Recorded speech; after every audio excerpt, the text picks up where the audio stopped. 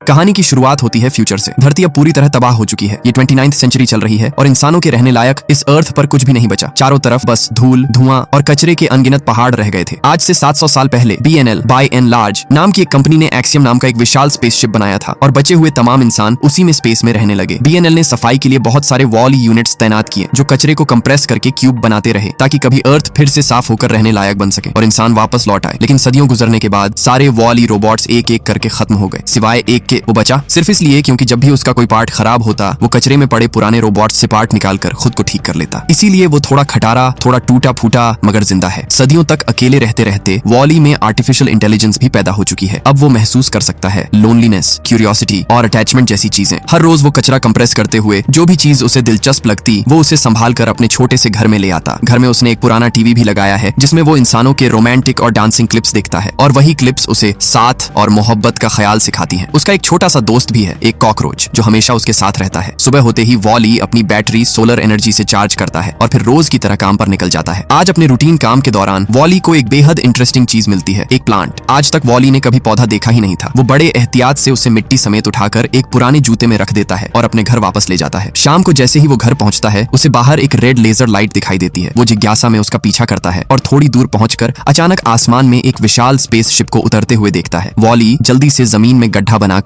उसमें छिप जाता है। शिप से एक बेहद एडवांस्ड रोबोट बाहर निकलता है, Eve extra terrestrial vegetation evaluator. वॉली छिपकर उसे बड़ी गौर से देखता है। ईव आते ही हर चीज को स्कैन करना शुरू कर देती है। अगर कोई चीज नॉर्मल हो तो उसके सिस्टम में रेड बीप आता है, मगर जरा सी भी मूवमेंट मिले तो वो अपनी प्लाज्मा गन से उसे तुरंत ब्लास्ट कर देती है। वॉली की हल्की सी आवाज से भी वो फायर कर देती है, लेकिन वॉली बाल बाल बच जाता है। अब ईव इधर उधर उड़ती रहती है, सब कुछ स्कैन करती रहती है और वॉली बिना आवाज किए दूर से उसके पीछे पीछे चलता रहता है। कॉकरोच भी उत्सुकता में ईव के पास चला जाता है और अजीब बात ये कि ईव उसे ब्लास्ट नहीं करती। धीरे धीरे उन दोनों की छोटी सी दोस्ती हो जाती है। जब ईव पहली बार वॉली को नोटिस करती है वो उसे पूरा स्कैन करती है, मगर फिर भी रेड बीप आता है तो वो आगे बढ़ जाती है। वॉली फिर भी उसका पीछा करता रहता है। रात में जब ईव स्लीप मोड में चली जाती है तो वो कचरे से उसका एक क्यूट सा स्टैच्यू भी बनाता है, मगर ईव उस पर ध्यान नहीं देती। एक वक्त ऐसा आता है जब ईव अपनी शिप पर किसी मैग्नेट से चिपक जाती है। उसे गुस्सा आता है और वो अपना गुस्सा प्लाज्मा गन से निकाल देती है। ब्लास्ट पे ब्लास्ट, पास खड़ी छोटी शिप्स भी एक्सप्लोड हो जाती हैं। वॉली दूर से ये सब देख रहा होता है। ईव गुस्से के साथ थोड़ी उदास भी दिखती है। धीरे धीरे वॉली उसके पास आता है और पहली बार दोनों एक दूसरे से कम्युनिकेशन करते हैं, अपने नाम बताते हैं। ईव को वॉली से मिलकर एक अजीब सा सुकून महसूस होता है। तभी वॉली का स्टॉर्म इंडिकेटर बजने लगता है। उसे समझ आ जाता है